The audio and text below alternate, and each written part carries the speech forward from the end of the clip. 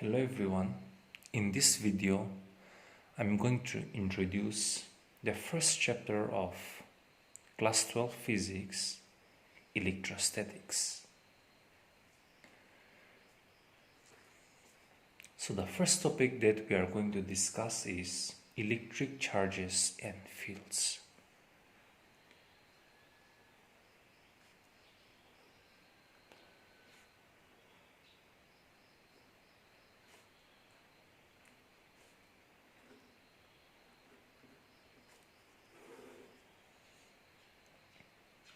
So, what is an electric charge?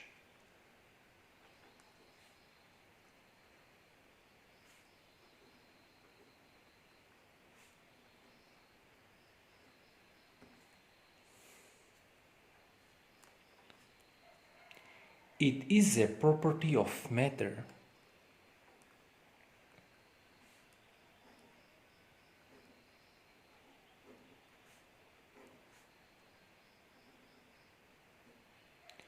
that causes it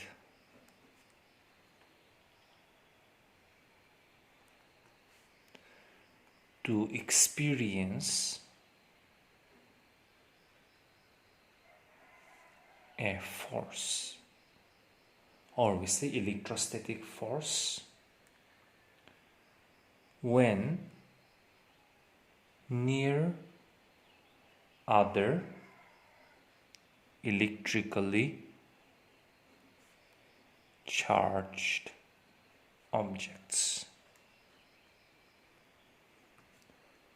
Now to understand this definition, we look at some examples. Now let's look at the first example. Consider a balloon and the wall.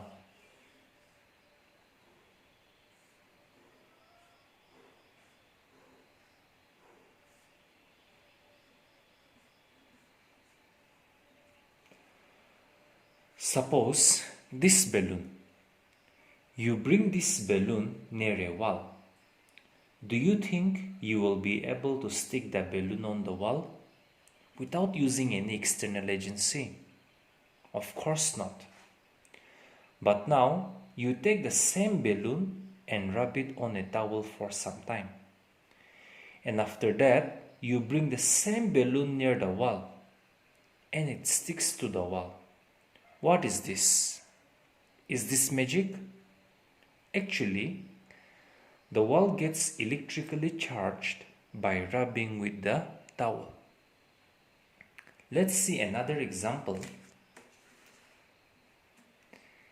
There are some bits of paper and a comb.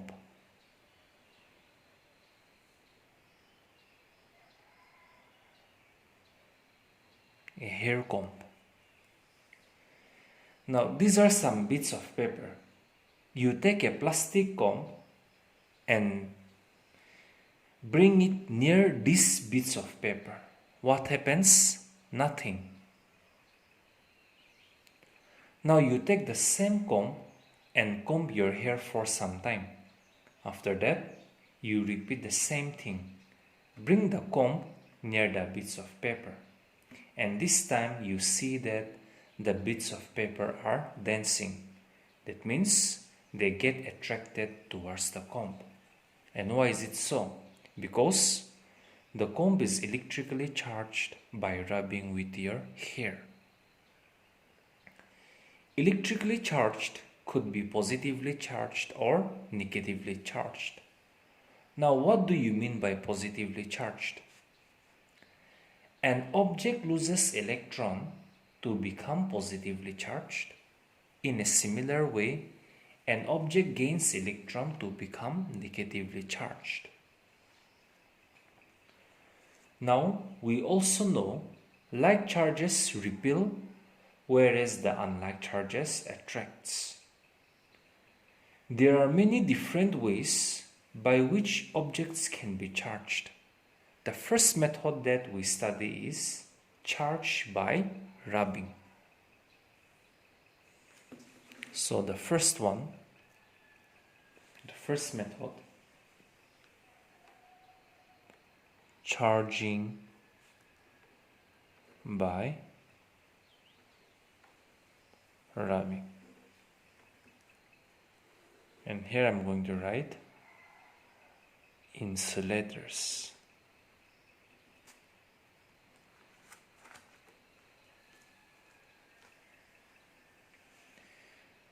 Charging by rubbing works for insulators. Insulators means those objects which do not allow electricity to pass through them. Here again we take the same example of bits of paper and a comb.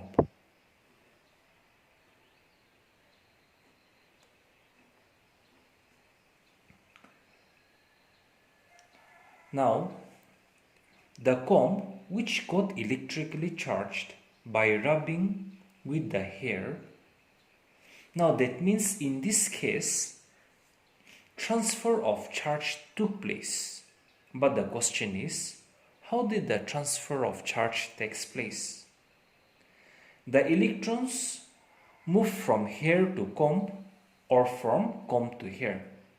Who loses electrons and who gains electrons? And what decides that? Now this series, as you can see, it is list of objects which tells us that which of these objects has tendency to lose electrons and become positively charged, and which of these objects have tendency to gain electrons and become negatively charged. In fact, if you look at this list, all those things which are towards the top, they all tend to lose electrons and become positively charged. And those towards the bottom are the ones which tends to gain electrons and become negatively charged.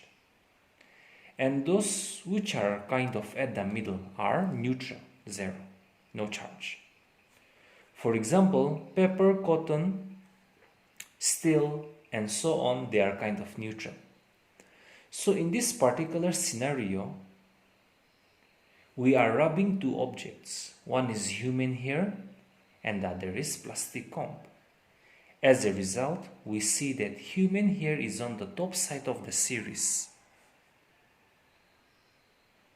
whereas plastic is towards the bottom. That means the transfer of electrons will take place from human hair to comb.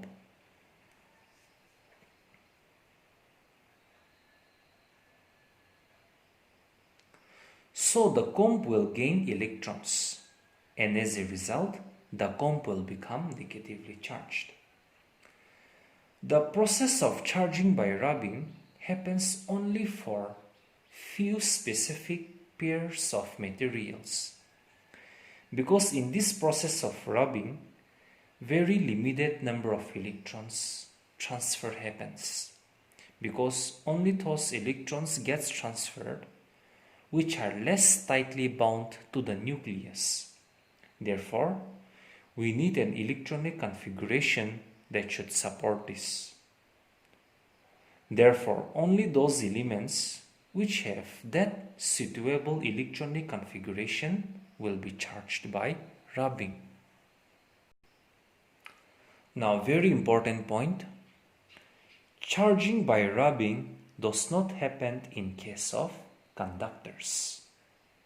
So the second method of charging is charging by contact or conduction. Second one, charging by contact or conduction.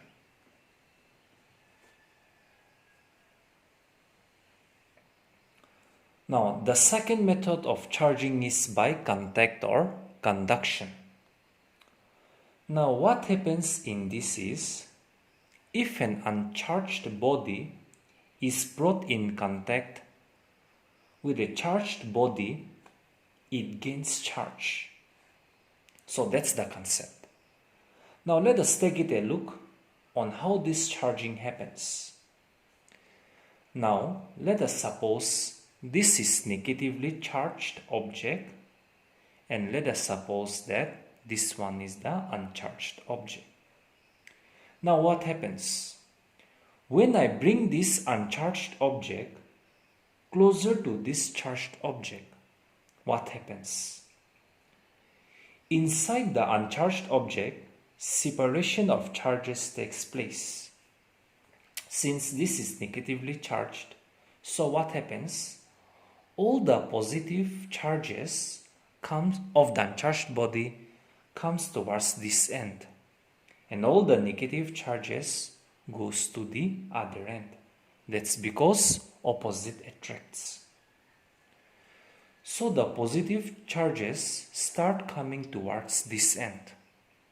Now gradually, when this uncharged object comes in contact with this negatively charged object, what happens? The excess negative charges is moved into the uncharged body. So as a result, the negative charges moves into this object. That means this uncharged body becomes negatively charged. So we can say that in conduction or conduction charges the uncharged body with the same kind of charge. That means if this object is negatively charged, it will charge the uncharged body negative. The third method is charging by induction. The third method, charging by induction.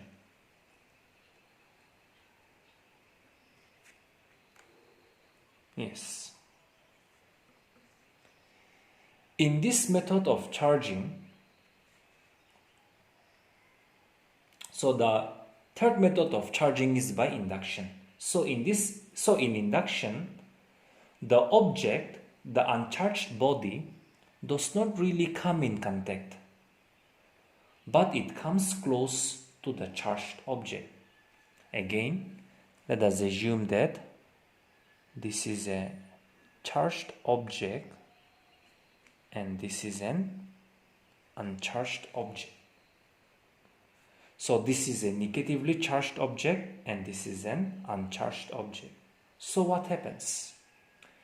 As this uncharged object comes close to this negatively charged object, separation of charge takes place inside. As a result, all the positive charges, they kind of settle over the surface. They kind of settle over the surface of this uncharged body.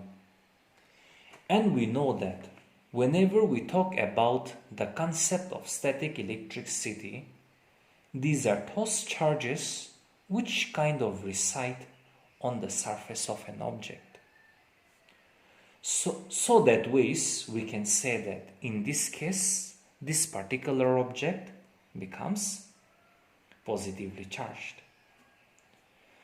So we can say that in induction, charges the uncharged body with the opposite charge. So that means if this would have been positive charge, then in that case, this object would have acquired negative charge. Now let us see some properties of electric charge. Properties of electric charge.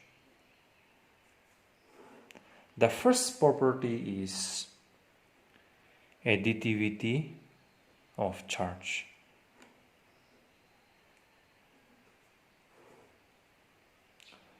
So, what do you mean by additive property?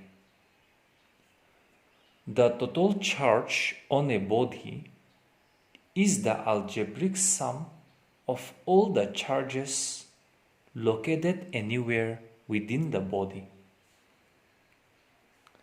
the total charge on a body is the algebraic sum of all the charges located anywhere within the body. The second one, conservation of charge.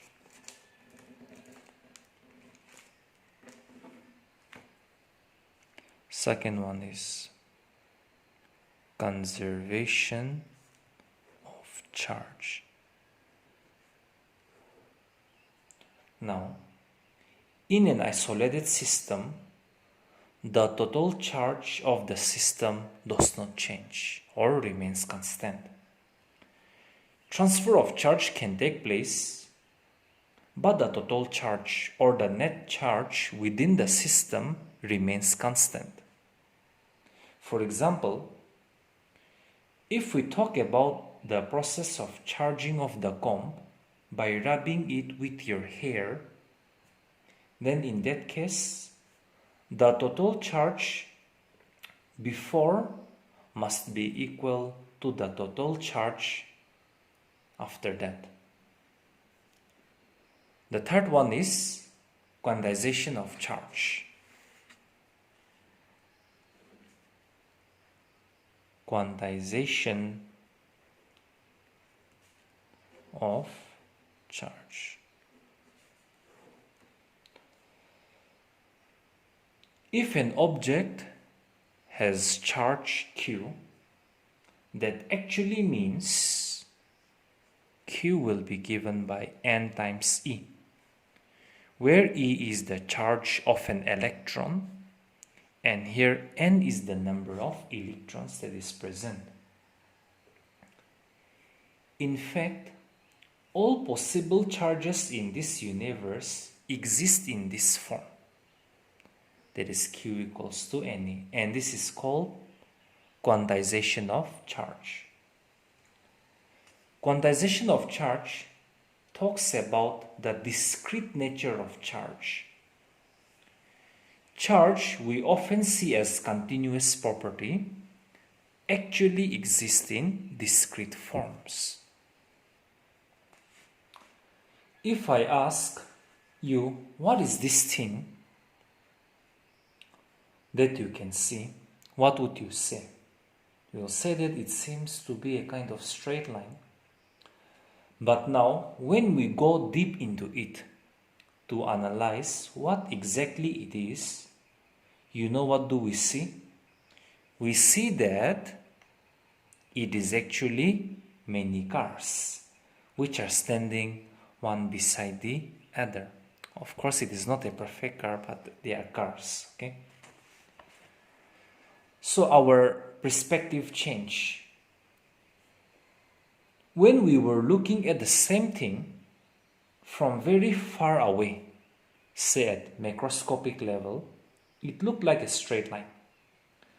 But when we went deep down and went to see inside what it is at microscopic level, we found that it was not a straight line. Rather, it was a collection of many different cars.